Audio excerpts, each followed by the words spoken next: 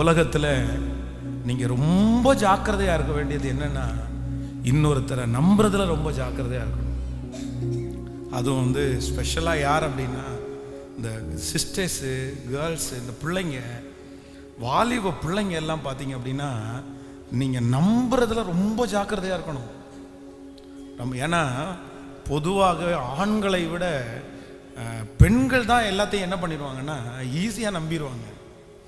ரோட்டில் நடந்து போயிட்டு இருக்கும்போது 50% ஆஃபர், 50% டிஸ்கவுண்ட் அப்படின்னு சொன்ன உடனே ஃபஸ்ட்டு எப்பா 50% ஆஃபராப்பா, பாதிக்கு பாதியாமா, 1000 ரூபாய் சாரி 500 ரூபா தானே அப்படின்னு. உடனே அவர் என்ன சொல்லுவார் தெரியுமா, சும்மா இரு, அவன் 2000 ரூபாய் ஸ்டிக்கரை எடுத்துட்டு 1000 ரூபா ஒட்டியிருப்பான், அப்படி மாற்றிருப்பான் அவன், அப்படியெல்லாம் எடுத்த உடனே அவ்வளவு சீக்கிரமாக ஜென்ஸ் வந்து ரொம்ப சீக்கிரமாக நம்பிடுவாங்கன்னு சொல்ல முடியாது. இல்லை ஏதாவது டிஃபெக்ட் ஏதாவது இருக்கும், சும்மா காரணம் இல்லாமல் பண்ண மாட்டான், கழிவெல்லாம் தள்ளுறதா இருக்கும், ஏதாவது ஒரு வார்த்தையாவது சொல்லுவாங்க. ஆனால் நீங்கள் ரொம்ப ஜாக்கிரதையாக இருக்கணும். நீங்கள் நம்புறதுல சிலருடைய வாக்குறுதிகளை, சிலருடைய வார்த்தைகளை வந்து ரொம்ப 100% நம்பிட்டீங்க அப்படின்னா நீங்கள் ஏமாறும் போது உங்களுக்கு ரொம்ப வருத்தமாக இருக்கும். சில பிள்ளைகளெல்லாம் ரொம்ப அப்படியே ஏமாந்து, அது பசங்களும் அப்படிதான். இந்த 1.5 வருஷத்துக்குள்ளே பார்த்தீங்க அப்படின்னு சொன்னால் அவ்வளோ நம்புவாங்க பாருங்களேன். அந்த பிள்ளையோட 1.5 வருஷம் தான் பழகியிருப்பாங்க, அந்த பையனோட 1.5 வருஷம் தான் பழகியிருப்பாங்க. 1.5 வருஷத்தில் பார்த்தீங்கன்னா அப்பா சொல்கிறதெல்லாம் தப்பாக தெரியும், அம்மா வந்து மோசமானவங்களா தெரியும், குடும்பத்தில் இருக்கிற எல்லாருமே தப்பு, ஆனால் யார் மட்டும் சரின்னு தோணும் சொல்லுங்க. அந்த 1.5 வருஷத்தில், டேய் 1.5 வருஷத்தில் உனக்கு அந்த பொண்ணை பற்றி என்னடா தெரியும், அந்த பையனை பற்றி என்ன தெரியும்னா, 1.5 வருஷம் நான் செக் பண்ணியிருக்கிறேன், அந்த மாதிரி ஒரு நல்ல பொண்ணு வேற இல்லை அப்படின்னு. அதான் ஒரு தம்பி என்கிட்ட ஒருத்தர் அப்படி தான் சொன்னான், கல்யாணம் பண்ணும்போது, ஏண்டா அந்த பிள்ளை சர்ச்சுக்கே போகல அப்படின்னு சொல்கிற, அதை எப்படி திருமணம் பண்ணுறது பாஷா, 1.5 வருஷம் என் கூடவே வேலை பார்த்துருக்குறேன், 1.5 வருஷத்தில் அந்த மாதிரி ஒரு பர்ஃபெக்டான பொண்ணை நான் பார்த்ததே இல்லைன்னா. அதுக்கப்புறம் கல்யாணம் பண்ணி 1.5 வருஷம் குடும்பம் நடத்திட்டு அடுத்து வந்தான் பாருங்க, அடுத்து வந்து இந்த மாதிரி மோசமான ஒரு பொண்ணை பார்த்ததே இல்லைன்ட்டான்.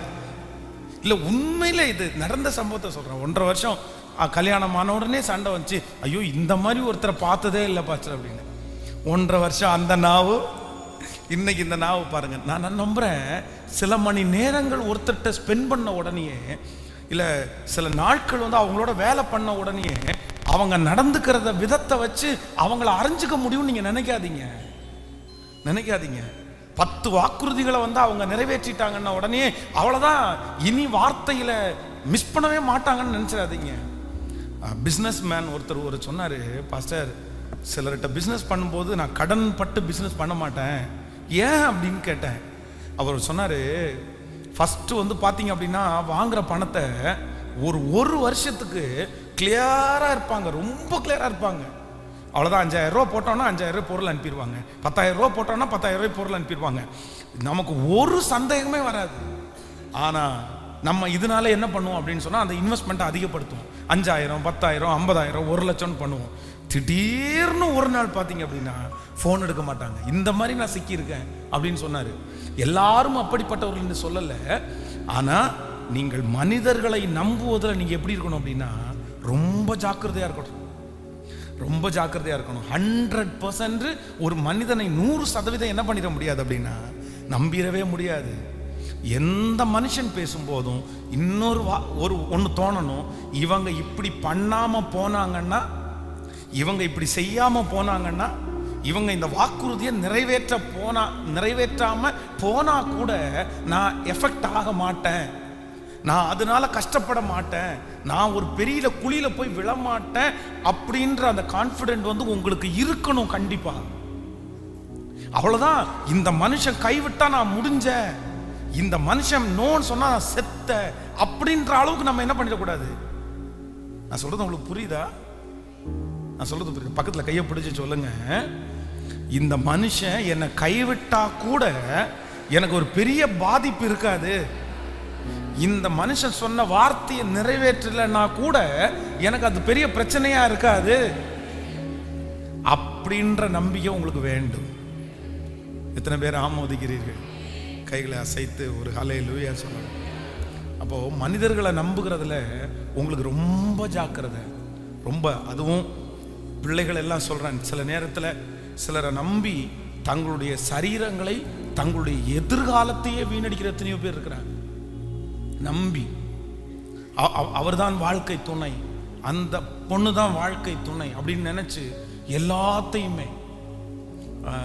நான் இந்த ஊழியத்தில் நிறைய மீடியால எல்லாம் இருக்கிறதுனால நிறைய ஜப குறிப்புகள், நிறைய சம்பவங்களை வந்து சொல்லுவார்கள்.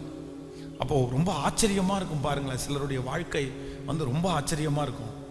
ஒரு பிள்ளைய வந்து ஒரு பையன் வந்து +2 படித்து முடித்த உடனே நேசித்து அந்த பிள்ளைய வந்து 3 வருடம் காலேஜ் படிக்க வருகிற மொத்த செலவையும் அவனே பண்ணி 3 வருஷம் படித்து முடிச்சுட்டு அந்த 3 வருஷத்தினுடைய ஃபீஸு, அந்த 3 வருஷமும் அந்த பிள்ளை மதியானம் சாப்பாடு கொண்டு போகாது, பக்கத்தில் கேன்டீனில் வாங்கி சாப்பிடும். அந்த கேன்டீன் ஃபீஸ் அவன் கட்டியிருக்கிறான், பணம் கட்டியிருக்கிறான். இந்த பிள்ளைக்கு யூனிஃபார்ம், ட்ரெஸ்ஸு எல்லாமே அவன் எடுத்து கொடுத்துருக்குறான். போதா குறைக்கு எனக்கு பஸ்ஸில் போனால் எல்லாருமே என்னை பார்க்குறாங்க அப்படின்னு சொன்ன உடனே அந்த பொண்ணுக்கு ஒரு 2 வீலர், கல்யாணத்துக்கு முன்னாடி 2 வீலர் 3 வருஷம் படிக்க வச்சு, இப்போ அந்த பிள்ளைக்கு ஒரு வேலையும் தன்னுடைய கம்பெனிலேயே பேசி ஒரு நல்ல வேலை வாங்கி கொடுத்து, வேலை வாங்கி கையில் 15,000 ரூபாய் சம்பாரித்த உடனே அந்த பொண்ணு என்ன சொல்லிச்சு அப்படின்னு சொன்னால், எனக்கு உன் மேலே எந்த விருப்பமுமே இல்லை, நான் ஒன்றுமே பண்ண முடியாது. அப்போ நான் உன்னை படிக்க வச்சிருக்கிறேனேப்பா, நான் உனக்காக இத்தனை லட்சத்தை செலவு பண்ணியிருக்கிறேனே, உனக்காக 4 வருஷம் நான் வந்து இவ்வளோ இதுவாக இருக்கிறேனே, என் குடும்பத்தை கூட நான் கவனிக்கலையே, அதுக்கு நான் ஒன்றும் பண்ண முடியாது, நான் ஒன்றும் பண்ணுறேன் வேணா, நான் சம்பாரித்து நீ கொடுத்த காசை மாதம் மாதம் நான் கட்டிடுறேன், என்னை விட்டுரு, எனக்கு இப்போ உன் மேலே இன்ட்ரெஸ்டே இல்லை சுத்தமாக, நான் வாழ்க்கையில் ரொம்ப பெருசாக செட்டில் ஆகணும்னு நினைக்கிறேன். அவ்வளோதான். அந்த வேலைக்கு போய் அந்த பிள்ளை, அந்த சுற்றி இருக்கிறவங்களெல்லாம் பார்த்த உடனே அந்த பிள்ளையினுடைய எண்ணம் அப்படியே மாறிடுச்சு. இந்த பையனை பார்க்கும்போது அந்த பொண்ணுக்கு அந்த பையன் வந்து ரொம்ப கேவலமாக தெரிறான். எல்லாரும் ரொம்ப நல்லா ட்ரெஸ் பண்ணியிருக்காங்க, நீ அந்த மாதிரி ட்ரெஸ் பண்ணுறதில்ல, நீ அந்த மாதிரி செருப்பு போடுறதில்ல, எனக்கு வந்து விருப்பமே இல்லை, இப்படி ஒரு கிராமத்தான வச்சு நான் வாழ முடியாது அப்படின்னு அந்த புள்ள வந்து ரொம்ப கஷ்டப்படுத்துது. அவன் உடஞ்சி போயிட்டான். பாஸ்டர், என் வாழ்க்கையே முடிஞ்சிருச்சு, நான் வேணா தற்கொலை பண்ணிக்கட்டுமா, நான் சூசைட் பண்ண போகிறேன், எனக்கு இது வாழ முடியாது அப்படின்னு. அப்போது நான் சொன்னேன், இல்லை அது உனக்குரியது இல்லை, கர்த்தர் உனக்கு கொடுக்கல, இவ்வளோ தூரத்துலேருந்து கர்த்தர் உன்னை தப்பிச்சிட்டாரு. இதே கேரக்டரில் கல்யாணமாய் 1 வருஷத்தில் இப்படி ஏதாவது சொல்லியிருந்தேன்னா உன்னுடைய வாழ்க்கையே ஒன்றும் இல்லாமல் போயிருக்குமேப்பா. அதனால கடவுள் உனக்கு நன்மை செஞ்சுருக்கிறாரு, இழந்தது இழந்துட்ட, போயிட்டு விட்டுரு, அதை நினைக்காத, கடவுள் திரும்ப உனக்கு தருவார், ஆண்டோடைய சமூகத்தில் ஒப்புக்கொடு அப்படின்னு சொல்லி அவனுக்காக ஆலோசனை சொன்னேன். அப்போது மனுஷங்களை நம்புறதுல வந்து எவ்வளவு கவனமாக இருக்கணும் ஆண்டவருடைய பிள்ளை, எவ்வளோ கவனமாக இருக்கணும். கவனிங்க, ரொம்ப கவனம். நீங்கள் ஒரு மனுஷனை எந்த அளவுக்கு நம்பலான்னா, அந்த மனுஷன் ஏமாத்தினா கூட எனக்கு பிரச்சனை இல்லைன்ற அளவுக்கு தான் ஒரு மனுஷனை நம்பணும். புரியுதில்ல? இன்னொரு டைம் பக்கத்தில் கையை பிடிச்சி சொல்லுங்க, அந்த மனுஷன் என்னை விட்டு போனாலும், அந்த மனுஷன் என்னை ஏமாத்தினாலும், அந்த மனுஷன் எனக்கு நோ சொன்னாலும் எனக்கு பிரச்சனையே கிடையாது, அவ்வளோதான், நானும் அப்படியே தூக்கி போட்டு போயிட்டே இருப்பேன் அப்படின்ற மனம் உங்களுக்கு இருக்கா? அந்த அளவுக்கு நீங்கள் நம்புங்க, அந்த அளவுக்கு நம்புங்க. அதுக்கு மேலே நீங்கள் எப்படி நம்பினாலும் அது ஒரு காலத்தில் உங்களுக்கு என்னவா வந்து முடியும் அப்படின்னா டேஞ்சராக தான் வந்து முடியும். அதுவும் கேர்ள்ஸ், இந்த சின்ன பிள்ளைங்க எல்லாம், அதுவும் இந்த டீன்ஸ் பிள்ளைங்க இருக்குங்க பாருங்க, இந்த 8th ஸ்டாண்டர்ட்லேருந்து இந்த 10th +1 வரைக்கும் கேர்ஃபுல்லாக இருப்பா. உன் வாழ்க்கையினுடைய ஒன்றுமே தெரியாத ஒரு டைம் என்னன்னா அந்த டைம். அப்படின்னா உலகத்தில் சொல்லுவாங்கல்ல, வெளுத்ததெல்லாம் பால் அப்படின்னு நினைக்கிற டைம். உனக்கு எதுவுமே டிசைட் பண்ண தெரியாது, ஆனால் உன் மனசு சொல்லும் நீ தான் ஞானவான் அப்படின்னு சொல்லும். உனக்கு நீ பண்ணுறது எல்லாமே தப்பாக இருக்கும், ஆனால் உன் மனசு சொல்லும் நான் பண்ணுறது சரி அப்படின்னு சொல்லும். அதனால இந்த 8th ஸ்டாண்டர்ட்லேருந்து இந்த +2 வர்ற வரைக்கும் வந்து ரொம்ப கேர்ஃபுல்லாக இருக்கணும், ரொம்ப கவனமாக. ஒரு 22 வயசு வரைக்கும் பார்த்தீங்க அப்படின்னா இந்த 22 இயர்ஸ் வரைக்கும் உன் வாழ்க்கையில் வந்து ரொம்ப கவனமாக தான் இருக்கணும். அந்த டைமில் கொஞ்சம் அப்படியே பசங்களாக இருந்தாலும் பிள்ளைகளாக இருந்தாலும் அப்படிதான் தடுமாறிட்டீங்க உங்கள் வாழ்க்கையில், அதுக்கப்புறம் நீங்கள் இப்போ செஞ்சதை நினச்சி ரொம்ப வருத்தப்படுவீங்க நீங்கள். அதனால தான் அம்மாவுடைய கட்டுப்பாட்டுக்குள்ளே இருந்துரு, அப்பாவுடைய கட்டுப்பாட்டுக்குள்ளே இருந்துரு, அது வரைக்கும் நீ வெளியே போகாத, ஒரு சபையினுடைய கட்டுப்பாட்டுக்குள்ளே இருந்துரு, ஒரு ஒரு நல்ல ஜெபிக்கிற ஒரு கட்டுப்பாட்டுக்குள்ளே இருந்துரு, அப்படின்னு சொல்றதுக்கு காரணம் என்ன அப்படின்னு சொன்னா, அந்த அந்த வயசு வந்து தடுமாறுற வயசு. உனக்கு முன்னாடி இருக்கிறது எல்லாமே கெட்டது நல்லதா தெரியும், நல்லது கெட்டதா தெரியும். அந்த மாதிரி ஒரு ஏஜ் தான் அந்த ஏஜ்.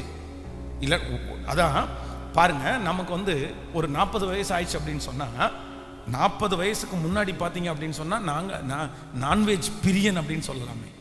எனக்கு ரொம்ப பிடிக்கும் நான்வெஜ், ரொம்ப பிடிக்கும், ரொம்ப சாப்பிடுவோம். அதுவும் நான்வெஜ் இருந்தால் இன்னும் கொஞ்சம் சாப்பாடு எக்ஸ்ட்ரா போகும். ஸோ இப்போ இந்த 40 இயர்ஸ் 40 வருஷம் 40 வயசை தொடும்போது எனக்கே ஒரு அண்டர்ஸ்டாண்டிங் வருது. என்ன அப்படின்னு சொன்னால், நம்ம ரொம்ப அப்படி என்ன பண்ணிட முடியாது, சாப்பிட முடியாது, நெஞ்சு கறிக்க ஆரம்பிக்குது, நைட்டு தூங்கும்போது டிஸ்டர்பன்ஸாக இருக்குது, நீ கொஞ்சம் நான்வெஜ்ஜை குறைச்சிக்கோ, நீ 10 வருஷத்துக்கு முன்னாடி சாப்பிட்ற அளவு இந்த டைம் சாப்பிட முடியாது, கொஞ்சம் அவாய்ட் பண்ணிக்கோ, நைட்டு சாப்பாடை கொஞ்சம் குறைச்சிக்கோ, அடிக்கடி டீ காஃபி எதுவுமே சாப்பிடாத அப்படின்னு எனக்கே தோணுது. ஆனால் ஒரு காலத்தில் பார்த்தீங்க அப்படின்னு சொன்னால், அந்த உளுந்து வடை இருக்கு பாருங்களேன், அதை கையில் எடுத்து இப்படி பிழிஞ்சா அப்படியே எண்ணெய் அப்படியே ஊற்றும். ஆனால் அந்த எண்ணெய் அப்படி ஊற்றலைன்னா கடைக்காரன்ட்ட சண்டை போடுவோம், கொஞ்சம் எண்ணெயில் போட்டு குடியா, வரன்னு இருக்குது, எப்படியாவது சாப்பிட முடியும், கொஞ்சம் பசு பசுன்னு இருந்தால் தானே சாப்பிட முடியும், எண்ணெயில் போட்டு கொடுத்து அந்த எண்ணெயோடு சாப்பிட்றது அவ்வளோ டேஸ்ட்டாக இருந்துச்சு. ஆனால் இன்னைக்கு 10 டிஷ்யூ பேப்பர் வாங்கி ஒன்றா அடுக்கி அப்படியே மெதுவடைய தட்டை வடையா தட்டி அதுக்கப்புறம் பிச்சு சாப்பிட வேண்டியதாக இருக்குது. அப்போ அந்த வயசு வந்ததுக்கு அப்புறம் ஒரு அண்டர்ஸ்டாண்ட் வருது, இல்லை அதிகமான எண்ணெய் நம்முடைய உடம்புக்கு கேடு அப்படின்னு. ஆனால் அந்த சின்ன வயசில் அது என்ன பண்ணலை. எங்கள் அம்மா சொல்ல, இவ்வளோ எண்ணெய் சாப்பிடக்கூடாதுரா அப்படின்னு. அம்மா சும்மா இருங்கம்மா, உங்களுக்கு ஒன்றுமே தெரியாதும்மா, இந்த வடையில் இவ்வளோ எண்ணெய் வச்சு சாப்பிட்டா எப்படி இருக்குன்னு தெரியுமா, இந்த டேஸ்ட் உங்களுக்கு என்னம்மா தெரியும், கழுதை தெரியுமா, கற்பூர வாசனைன்னா அவங்கள திட்டிகிட்டு இருக்கோம். அப்போ வந்து இந்த டீன்ஸு, கேர்ள்ஸு, பாய்ஸு 8th +2 இது வரைக்கும் ஒரு ஞானம் தேவை. +2 அகைன் காலேஜ் முடிக்கிற வரைக்கும் ஒரு ஞானம் தேவை. அதற்கு பிறகு பார்த்தீங்க அப்படின்னு சொன்னால் கொஞ்சம் நீங்கள் வந்து கொஞ்சம் அண்டர்ஸ்டாண்ட் ஆயிருவீங்க, ஓரளவு வந்து கிளியர் பண்ணலாம். இது யாருக்கு ரொம்ப அவசியம் அப்படின்னா, அப்பா அம்மாவோட ரொம்ப பேசாத பிள்ளைகளுக்கு ரொம்ப அவசியம். அப்பா அம்மாவோட ரொம்ப ஜாலியாக ஃப்ரெண்ட்ஸ் மாதிரி பேசுகிற பிள்ளைகளுக்கு வந்து ஓப்பனாக எதுனாலும் எங்கள் அப்பாட்ட ஓப்பனாக நான் சொல்லிடுவேன், எங்கள் அம்மாட்ட சொல்லிடுறவங்களுக்கு ஓரளவு உங்களுக்கு வந்து ஒரு 80% பாதுகாப்பு வந்துடும். நல்ல அம்மா, அந்த அம்மா அப்பா நல்ல அம்மா அப்பா தான் இருப்பாங்க. பிள்ளைங்க தங்கள்கிட்ட பேசுகிற அளவுக்கு ஃப்ரெண்ட்ஷிப்பை மெயின்டைன் பண்ணுற அம்மா அப்பா கண்டிப்பாக 90% நல்ல அம்மா அப்பாவாக இருப்பாங்க. கரெக்டாக உன்னை கைட் பண்ணுவாங்க. அவ்வளோ சீக்கிரமாக உன்னை வந்து உன் மேலே கண்டிப்பும் கொடுக்க மாட்டாங்க, அரவணைப்பும் தர மாட்டாங்க. சிலதை இப்படி தான் இருக்குது அப்படின்றத அழகாக டீல் பண்ணி, நீ லவ் பண்ணுறேன்னு சொன்ன உடனே அப்படியே வல்லுன்னெல்லாம் விழுந்துட மாட்டாங்க. அப்படியே ஊரில் இருக்க யாரும் பண்ண அப்படிலாம் நினைக்க மாட்டாங்க. அப்படியாப்பா, இந்த உணர்வுகள் வரத்தான் செய்யும், பட் நீ இப்படி நடந்துக்கோ அப்படின்னு சொல்லி கொடுப்பாங்க. அதனால் அம்மா அப்பாவோட நெருக்கமாக இல்லாத பிள்ளைகளுக்கு ரொம்ப அவசியம் என்ன அப்படின்னா, இந்த வயசுக்கு ஒரு ஞானம் ஆண்டவரிடத்தில் கேளு. அதுவும் ஒரு அப்படியே நம்ம கையை கோர்த்து ஒரு ஜெபம் பண்ணிடலாம் அவங்களுக்காக. இந்த 8th +2 படிக்கிற தம்பிகளுக்காக, தங்கச்சிகளுக்கு அப்படி ஒரு ஜெபம் பண்ணிருங்களேன். ஆண்டவரே, அந்த பிள்ளைகளுக்கு ஒரு ஞானம் வேணும், அவங்க இடறக்கூடாது, அவங்களுக்கு பலன் தாருங்க ஆண்டவரே, அது தவறு அப்படின்னு அவங்க தெரியணும் மனசில். நன்றியப்பா, அந்த டைமில் அவங்களுடைய வாழ்க்கையை எப்படி கொண்டு போகணுன்ற அந்த கிருபையை தாங்க ஆண்டவரே. எங்கள் வீட்டில் இருக்கிற ஒரு பிள்ளைகளை கூட நாங்கள் அப்படி மிஸ் பண்ணிடவே கூடாது ஆண்டவரே. சொல்லுங்க அப்பா. ஆண்டவரே, இரக்கம் பாராட்டும், நீர் இறங்கும் ஆண்டவரே, இறங்கும், அந்த குழந்தைகளுக்கு இறங்கும் ஆண்டவரே, அவர்களுக்கு சொல்லித்தாரும் ஆண்டவரே. அவங்க வாழ்க்கையில் அவங்க தடுமாறிடவே கூடாது. ஆமேன்னு சொல்லுங்க. ஸோ தம்பிகளும் ரொம்ப ஜாக்கிரதையாக இருக்கணும். அதுவும் நம்ம ஏரியாவில் ரத்னபுரி, கண்ணப்ப நகர், இந்த ஏரியாவில் இருக்கிற ஒவ்வொரு பாய்ஸு தம்பிங்கெல்லாம் ரொம்ப, உங்கள் பிள்ளைகளையும் அப்படி தான் ஸ்பெஷலாக வந்து நான் வந்து கவர்மெண்ட் ஸ்கூலில் படிக்கிறத வந்து, நானும் கவர்மெண்ட் ஸ்கூலில் தான் படித்தேன். ஆனால் கவர்மெண்ட் ஸ்கூலில் படிக்கிறத நான் இப்பவும் விரும்புகிறேன். அதெல்லாம் ஒன்றும் தப்பு இல்லை. கண்டிப்பாக அதில் நல்ல ஃப்யூச்சர் இருக்குது, நல்ல டீச்சர்ஸ் இருக்கிறாங்க, பண்ணி கொடுப்பாங்க. ஆனால் நான் சொல்கிறேன், சில ஸ்கூலில் வர்ற பிள்ளைகள் வந்து அந்த அளவுக்கு வந்து நல்ல பிள்ளைகளே இல்லை. ரொம்ப இப்போ கடந்த நாட்களில் வந்து பார்த்தீங்க அப்படின்னா, கோயம்புத்தூரில் இங்கே கோர்ட்டு வாசலில் வந்து ஒரு பையனை வெட்டிட்டாங்க. நீங்கள் வந்து நியூஸ் கேட்டிருங்களா எல்லாரும்? நியூஸ் பெரிய பரபரப்பாய் கோர்ட்லேருந்து அவன் வெளியே வரும்போது பார்த்தீங்க அப்படின்னா அங்கேயே அவனை வெட்டி சாய்ச்சிட்டாங்க. அப்புறம் போலீஸ் அவனை பிடிச்சா தப்பிக்க முயற்சி எடுத்தாங்கன்னு சொல்லிட்டு காலில் எல்லாம் ஷூட் பண்ணி அந்த நியூஸ் கேள்விப்பட்டிருப்பீங்க. அந்த அந்த அந்த பசங்க யாருன்னு நினைக்கிறீங்க? நம்ம ரத்னபுரி கண்ணப்ப நகர். ஏன்னா அப்படியே மனசே விட்டேன் நான். நம்ம எங்கேயோ நியூஸ்ன்னு கேள்விப்பட்டோம், அது பெரிய நியூஸா இருந்துச்சு. இது என்ன அப்படின்னா, இந்த கேங் வார் அப்படின்றாங்கல்ல, அது ஒரு கேங். இந்த பசங்க ஒரு டீம், அந்த பசங்க ஒரு டீம், இவங்களுக்கும் போட்டி. நீ பெரியவனா நான் பெரியவனா. அது ரொம்ப கொடுமையா இருக்கு. இந்த கஞ்சா அப்படின்ற ஒன்று ரொம்ப அதிகமாக இப்போ விற்பனை ஆகிறது. அதுவும் இந்த கூலிப் அப்படின்ற அந்த போதைப் பொருள் ரொம்ப அதிகமாக விற்பனை ஆகுது. இந்த கூலிப்பு என்கிற போதைப் பொருள் எக்ஸாக்டா யாரை ரொம்ப டார்கெட் பண்றாங்கன்னா இந்த பிள்ளைகளை தான். ஒரு 6th ஸ்டாண்டர்ட்ல இருந்து 6ஆம் வகுப்புல இருந்து +2 படிக்கிற பிள்ளைகளுக்கு உள்ளதான் இதை டார்கெட் பண்றாங்க. இதை வேற யாரும் பெருசா யூஸ் பண்ண மாட்டாங்க, குழந்தைங்க மட்டும்தான் அதை யூஸ் பண்றாங்க. ரொம்ப கவனம், ரொம்ப கவனம். ஒவ்வொரு அம்மா அப்பாவும் கேர்ஃபுல்லா இருங்க உங்க பிள்ளைகள்கிட்ட. மிஸ் பண்ணிடாதீங்க, விளையாட்டுத்தனம் பண்ணிட்டு இருக்காதீங்க. சிலர் ஒரு போனை கொடுத்துட்டு போய் பிள்ளைய உட்கார வச்சுட்டு இவங்க ஒரு போன்ல உட்காந்துருப்பாங்க. சில தாயும் தகப்பனும் பாத்தீங்கன்னா, நான் உங்களை கண்டிச்சு சொல்றேன், ஒழுங்கீனமான தாயும் தகப்பனுமா இருக்கிறாங்க. ரொம்ப மோசமா இருப்பாங்க. ஒரு கேர் இல்ல, பிள்ளைகளை பெத்து விட்டு சோறாக்கி போட்டா போதும்னு நினைக்கிறாங்க. இது என்னங்க குடும்பம்? எப்படி பிள்ளைகளை பாக்குறீங்க? கொஞ்சம் கவனமா உங்க பிள்ளைகளை பாருங்க. கண்ணும் கருத்துமா இருங்க எப்பவுமே அவங்க மேல. ஏன்னா சத்ரு அந்த அளவுக்கு பிள்ளைகளை வஞ்சிக்கிறான். அதனால தம்பிங்க யாராவது இந்த பிரச்சனையில இருப்பீங்கன்னா பர்சனலா தயவு செய்து என்னை மீட் பண்ணு. நீ பார்த்து ஜெபம் பண்ணி அதுலேருந்து வெளியே வர்றதற்கு ஒரு சில ஐடியாஸ் நான் உனக்கு தர்றேன். இந்த மாதிரி பண்ணு, இந்த மாதிரி பண்ணு. நெருக்கமா வந்துரு. நீ அடிமைத்தனத்துல மாட்டிட்டேன்னா அதுலேருந்து வெளியே வர்றதற்கு நீ ஒரு நாள் பாடுபடுவ பாரு. அது உனக்கு மரண போராட்டம். அவ்வளவா சில ஜென்ஸ் அழ மாட்டாங்க. ஆனா நான் ஜென்ஸ் அழுதுதை பார்த்துருக்கேன். எதுக்கு தெரியுமா? பாஸ்டர், எப்படியாவது இந்த அடிமைத்தனத்துலேருந்து நான் வெளியே வரணும், எனக்கு நான் ப்ரேயர் பண்ண. அப்படியே கண்ணீர் மலமலன்னு கொட்டும் அவங்களுக்கு. ஏன்னா என்னால் விட முடியல. இந்த விட முடியலன்ற இந்த வார்த்தை ரொம்ப கொடுமையான வார்த்தை. இது நாளுக்கு நாள் உன்னை வருத்திரும். ஸோ விட முடியலன்ற வார்த்தை ஃபர்ஸ்ட் எங்க ஸ்டார்ட் ஆகும் அப்படின்னு சொன்னா, நீ அதை தப்பு பண்றதுக்கு ஆரம்பிக்கிற பாருங்க, அப்போல இருந்து கொஞ்சம் கொஞ்சமா வளர்ந்துரும். அதனால ஆரம்பத்திலே கிள்ளிடணும், முளையிலே கிள்ளிடணும், ஃபர்ஸ்ட்லேயே ரெடி பண்ணிடணும். வளர விட்டீங்க ரொம்ப ரொம்ப பாடுபடுவீங்க. அதனால கொஞ்சம் கவனமாய் உங்க பிள்ளைகளோட பேசுகிற பழகிற பிள்ளைகள் அதான் ஒருத்தர் சொல்லுவாரு, அவனுடைய நண்பனை கேட்டுப்பார், அவன் யார் என்று உனக்கு தெரியும். யாரை கேட்டு பார்க்கணுமாமா? கேட்கல.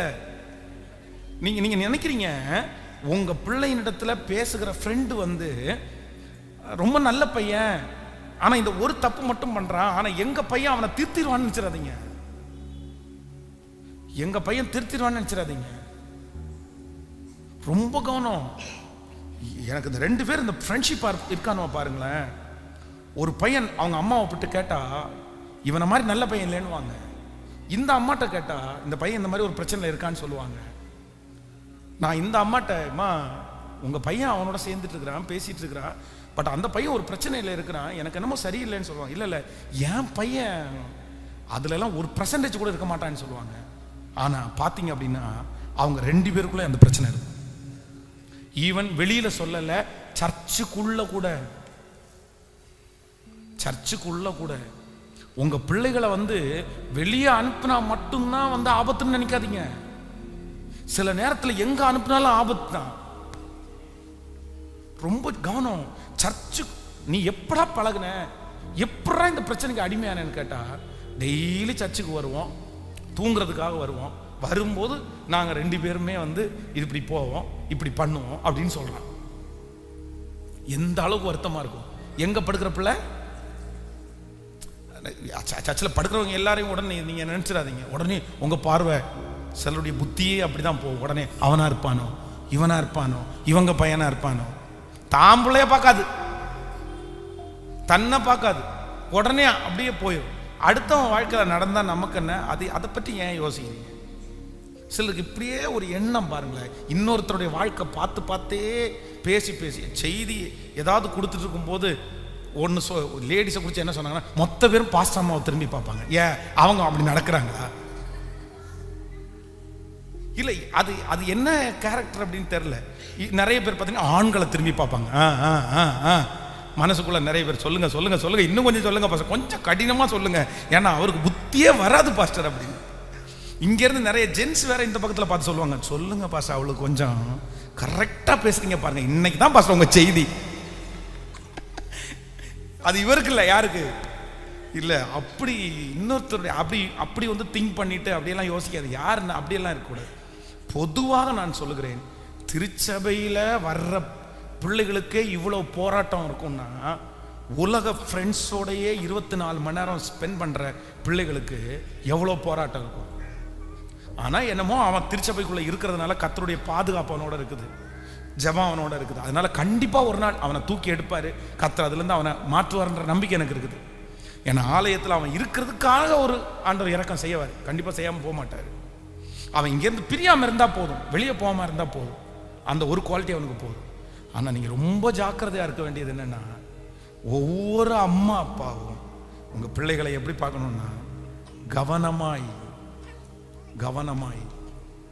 பிள்ளைங்கெல்லாம் இன்னைக்கு தெரிஞ்சு வச்சுக்கிறத பார்த்தீங்க அப்படின்னு சொன்னால், ஐயோ நம்மளால் ஒன்றுமே பண்ண முடியல.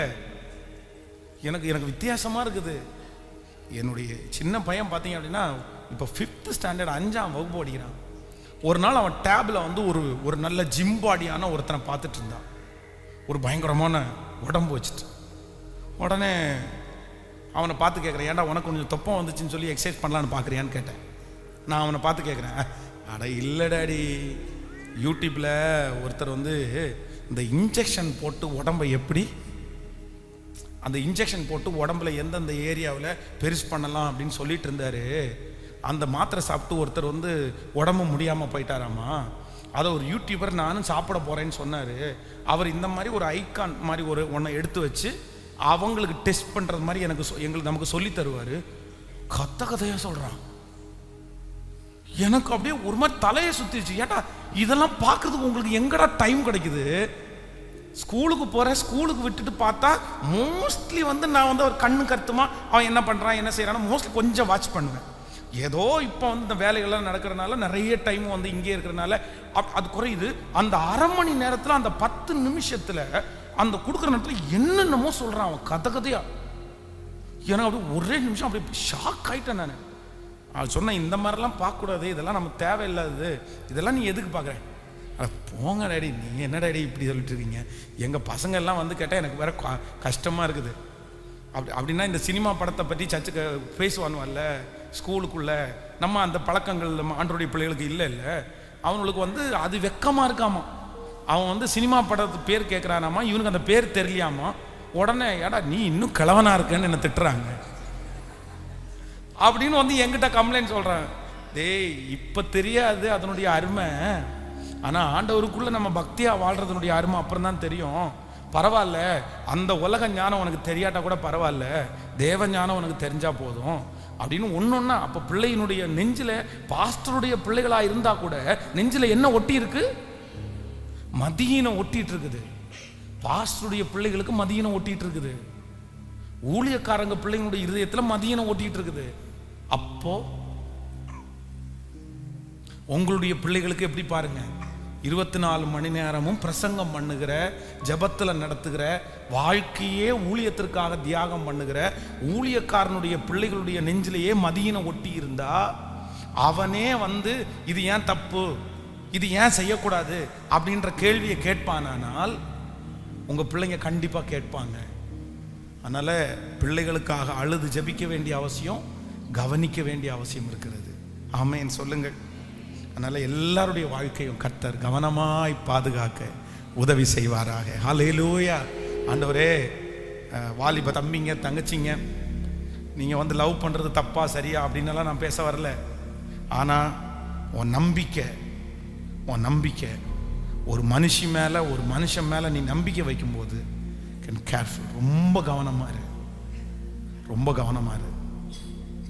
அவங்க கொடுக்குற நம்பிக்கையான வார்த்தையை கேட்டுட்டு உடனே தலையாட்டி அவங்க அவங்க சொல்றதுதான் அவங்க வாழ்க்கைன்றதை நீ தயவு செய்து நினைச்சிடாத, தயவு செய்து நினைச்சிடாத. அவங்க வாய் வேற பேசுது, அவங்க வாழ்க்கை கேட்கல. பக்கத்துல கையை பிடிச்சு சொல்லுங்க, வார்த்தை வேற வாழ்க்கை வேற. வார்த்தை வேற. உலகத்துல இருக்கிற பல மனிதர்கள் இப்படிதான் இருக்காங்க.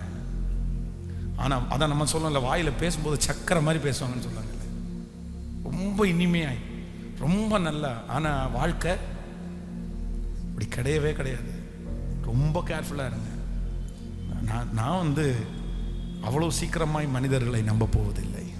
உங்கள் பிள்ளைகள் ஸ்கூலுக்கு காலேஜுக்கு போயிட்டு வரும்போது நீங்கள் அவங்கள கூட்டிகிட்டு வருகிற அந்த ட்ராவல் டைம்லையோ இல்லைனா இரவு உணவு சாப்பிட்ற அந்த நேரத்துலையோ உங்கள் பிள்ளைகளை கூட்டு உட்கார வச்சு இன்னைக்கு என்ன நடந்துச்சு, இன்னைக்கு என்ன பண்ண, நீ என்னைக்கு பார்த்த, என்ன நான் சொல்கிறேன்.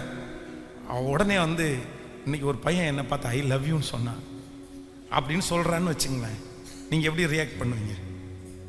பொல்லாத பிசாசே, எப்படி உனக்கு இந்த வாயில இந்த வார்த்தை வரலாம்? இயேசுவின் நாமத்தினால என்ன இப்படி பண்ணிட்டு திரியிறியா? இப்படி வேஸ்தனம் பண்ணிட்டு திரியிறியா? விபச்சாரம் பண்ணிட்டு திரியிறியா? அசுத்தம் பண்ணிட்டு திரிவிறியா? கர்த்தர் நான் நாசம் பண்ணிடுவாரு, அழிச்சிருவாரு, உடைச்சிருவாரு, கையை காலை எடுத்துருவாரு, கண்ணை குத்திடுவாரு, நோண்டிடுவாரு. அடுத்த டைம் உங்க பிள்ளைங்க ஷேர் பண்ணுவாங்களா?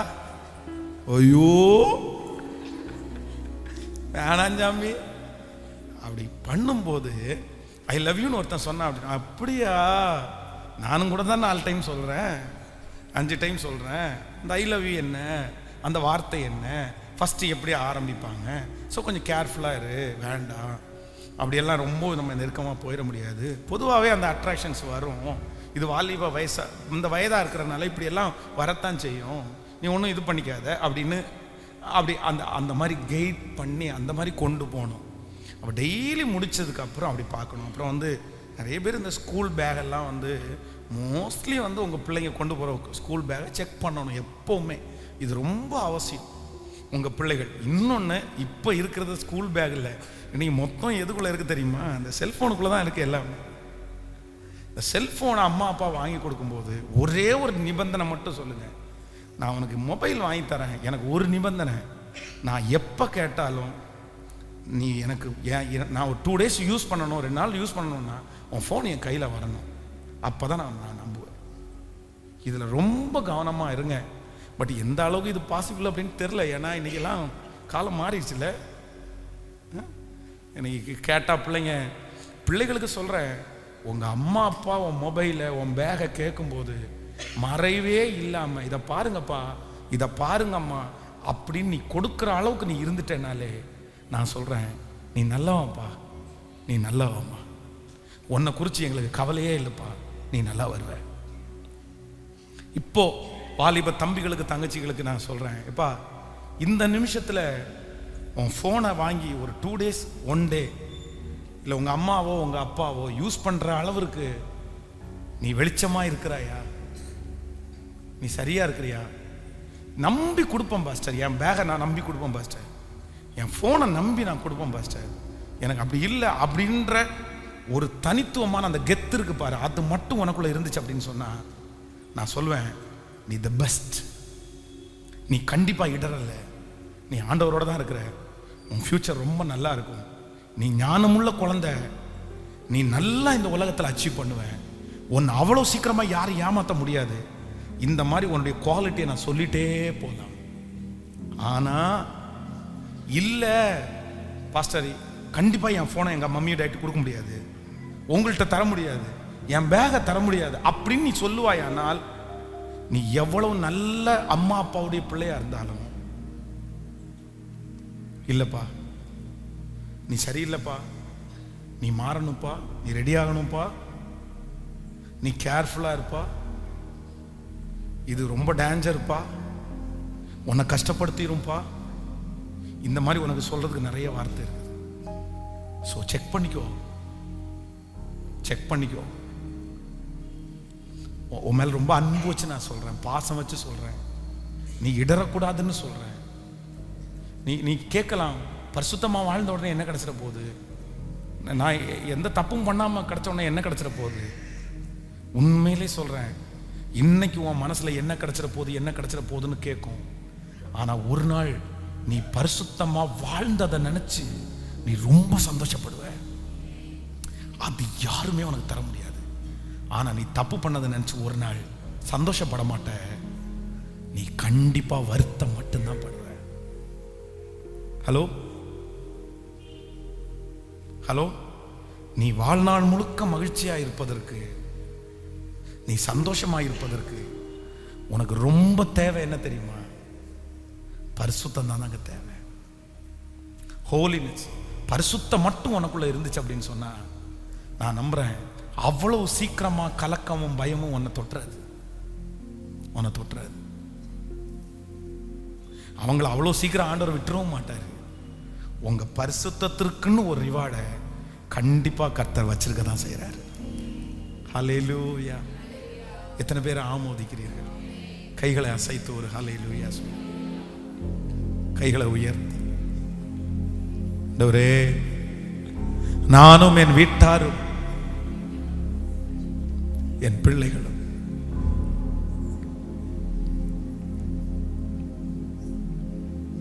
ஆண்டவரே உமக்கு முன்பாக கரைதிரையற்றவர்களாய்